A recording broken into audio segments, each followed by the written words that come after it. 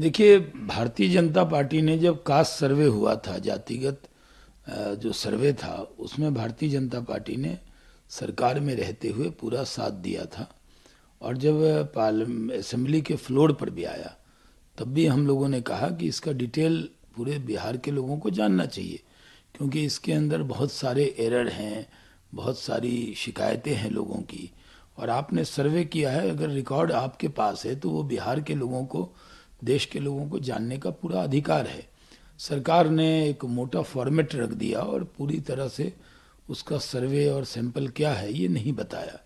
हम लोगों ने असेंबली के फ्लोर पर आरक्षण बढ़ाने का भी सपोर्ट किया, हम लोगों ने सर्वे में भी कोई भी असहयोग नहीं किया। लेकिन बिहार सरकार के अंदर जो लोगों की शिकायतें थी, उसको दूर करने का कोई काम बिहार सरकार ने नहीं किया, बल्कि इसका वो राजनीतिक लाभ उठाना चाहते थे। हम लोगों ने असेंबली में on the floor of the house और काउंसिल के अंदर भी ये मांग की कि जो आपके पास सर्वे आया है, जनता का सर्वे है, आप इसको फ्लोर पर पूरा रख दे, इसको जानने का अधिकार होना चाहिए।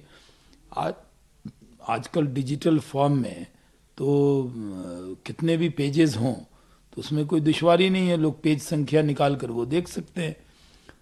जो पंचायत के लोग हैं, जो स्टेट के अंदर लोग हैं, उन सबको अधिकार है जानने का। वही बात माननीय सुप्रीम कोर्ट ने कहा है, तो हम इसका स्वागत करते हैं। नीतीश कुमार जी की जो संयोजक बनने की बात चल रही है, उसको लेकर क्या कुछ कहेंगे? देखिए, बिहार में जेडीयू आरजेडी के बीच में द्वंद है। आरजेडी जेडीयू का कांग्रेस से द्वंद है। बहुत ख्वाब दिखाया गया था नीतीश कुमार जी को कि अगर आप बीजेपी का साथ छोड़ेंगे तो आपको विपक्ष का प्रधानमंत्री का चेहरा बनाएंगे।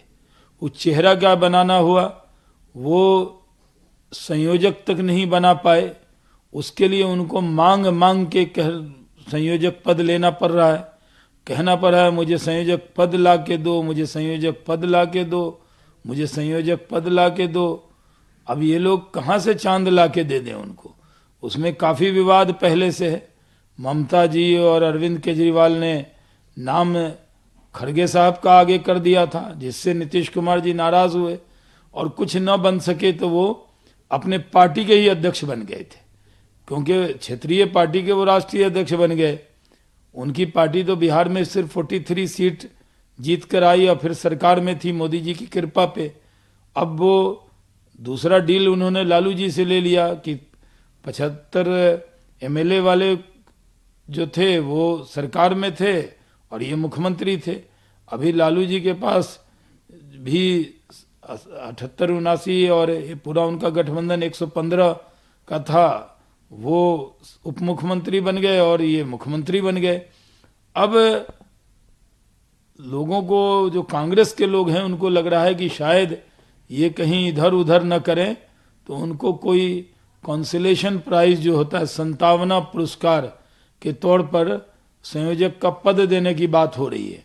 सबको मालूम है कि प्रधानमंत्री का जो पद है वो पूरी तरह जनता ने रिजर्व कर दिया है। नरेंद्र मोदी जी जब तक चाहेंगे देश के प्रधानमंत्री रहेंगे और इस बार तो हैट्रिक मारेंगे, अब की बार 400 के पार जाएंगे। और सबको, कांग्रेस के लोगों और इंडी अलायंस के लोगों को भी मालूम है कि मोदी को हराना नामुमकिन है। इसलिए अब कोई पद नहीं तो संतावना पुरस्कार के तौर पर संयोजक का पद मांग रहे हैं।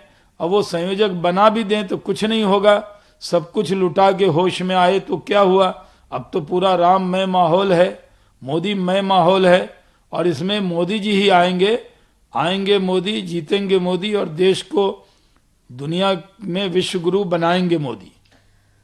दूसरी तरफ अगर बात आम आदमी पार्टी की, तो ईडी का नोटिस आया है अरविंद केजरीवाल जी को। अरविंद केजरीवाल ने उन्होंने मना कर दिया है। उन्होंने साफ कहा कि मैं कोऑपरेशन के लिए तैयार हूं, लेकिन ये जो नोटिस है ये इलीगल है। आम आदमी पार्टी का कहना है कि उनके कैंपेन को रोकना चाहती है, उनको परेशान करना चाहती है, इसलिए इस तरीके के नोटिस जानबूझ के इंटेंशनली दिए जा रहे हैं।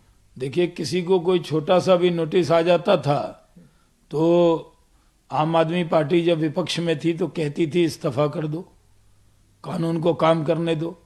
और अब आम आदमी पार्टी के लोग खास हो गए, कट्टर ईमानदार, कट्टर बेईमान हो गए और वो जब नोटिस भी आता है उस पर तरह तरह के बहाने करते हैं, लेकिन कब तक खैर मनाएंगे? एक न एक दिन तो कानून से पाला पड़ेगा ही, सामना करना ही पड़ेगा। हाँ कहें या न कहें ये उनकी मर्जी है, लेकिन कानून हाँ न पे नहीं चलता, वो अपनी मर्जी पे चलता है। यही बात कांग्रेस लीडर ने भी कही कि अरविंद केजरीवाल ही वो हैं जिन्होंने लोकपाल की बात की थी। तब जब मैंने कहा था तो उन्होंने कहा था नहीं, नेताओं की भी ट्रांसपेरेंसी होनी चाहिए, हम आम इंसान हैं। आज अगर आम इंसान को नोटिस आता है और पुलिस घसीट के ले जाती, हम और आप होते, और आज आप दिल्ली के सीएम होकर आप कोऑपरेट नहीं कर रहे, आखिर क्यों? अगर आपने कुछ नहीं किया है नहीं किया, लेकिन आपको कोऑपरेट तो करना चाहिए ना।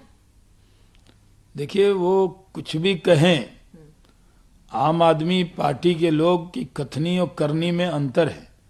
जब वो जीते थे तो कहते थे, वो बस में गए थे, कहते बंगला नहीं लेंगे, गाड़ी नहीं लेंगे, कोठी नहीं लेंगे, आम आदमी की तरह रहेंगे, एक ही तरह के शर्ट को 20 सिलाकर रोज पहनेंगे, आम आदमी दिखेंगे नहीं। अब तो आम आदमी दिखते ही नहीं है, अब तो वो खासम खास आदमी, बड़ी बड़ी गाड़ियां, बंगला रिमोट से खुलने वाला, दरवाज़ा ऐसा जैसे खुल जा समसम, तो खुल गया दरवाज़ा। गए तो उनका चेहरा देख के वहाँ लगा है एक कैमरा, वो इनका चेहरा पहचानेगा तो दरवाज़ा खुलेगा। और मुख्यमंत्री का महल नहीं, पूरी तरह शीश महल भी शर्मा जाए ऐसा उन्होंने अपना महल बनाया। तो उनकी कथनी और करनी में बहुत अंतर है। और यही बात तो इंडी अलायंस के लोग भी कह रहे हैं।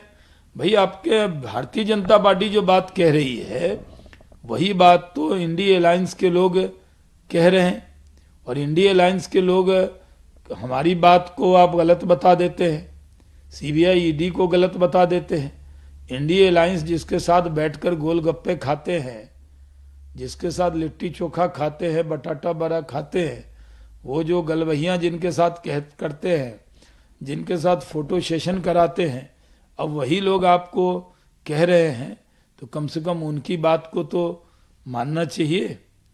तो पूरा देश मानता है कि आम आदमी पार्टी अब कट्टर ईमानदार नहीं,